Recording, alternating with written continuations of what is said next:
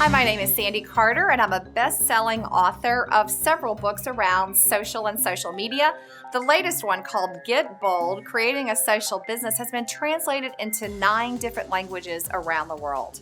As part of being an IBM executive and an author, I see a lot of social used all over the world. In fact, I've traveled so far to 79 different countries. So what I really would like to teach and help companies with is how to avoid being a social zombie in a global world. Now, why a zombie?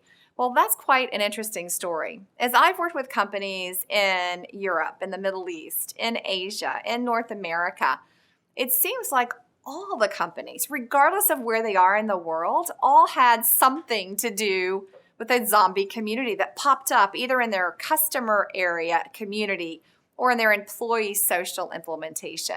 So I wanted to use that to show that there are similarities of leveraging social in a global world, but there are also nuances to operating in that global social world. So there are 5 critical areas that I really want to do this workshop around. The first one is really around, is your business socially alive? Or are you blogging the blogging dead?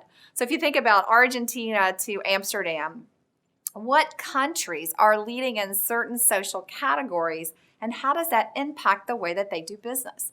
For instance, did you know that in Japan, they're one of the #1 blogging countries in the world?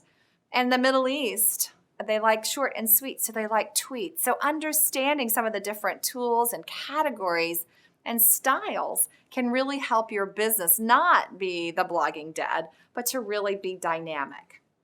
Our second major area really involves, as I travel overseas, I always look at the local customs. Kiss on the cheek, bowing, handshakes. Culture is so critical to doing business.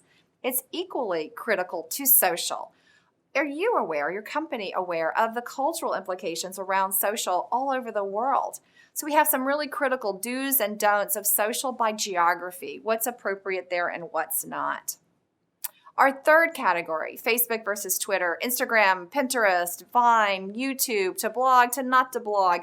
What's the right medium for the audience that you're trying to reach? And when should you not use that type of media to reach somebody that is overseas? And how do you deal with this when you're an international company?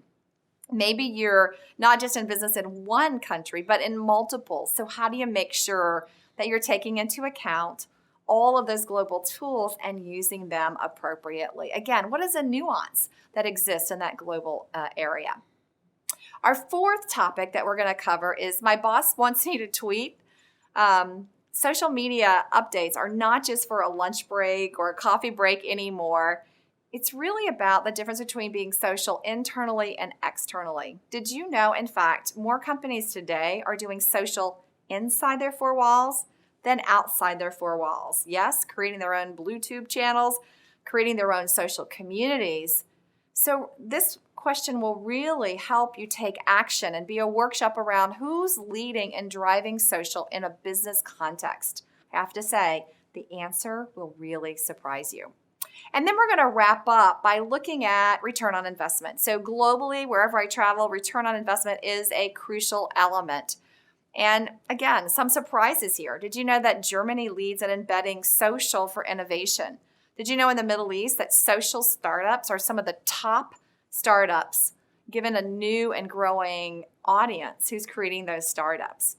So here we'll explore the top 6, yes, 6, not 5, not 4, but 6 use cases that are driving return on investment, proven metrics, and that are transforming companies around the globe. I'm really excited to share my expertise, again, working in 79 different countries.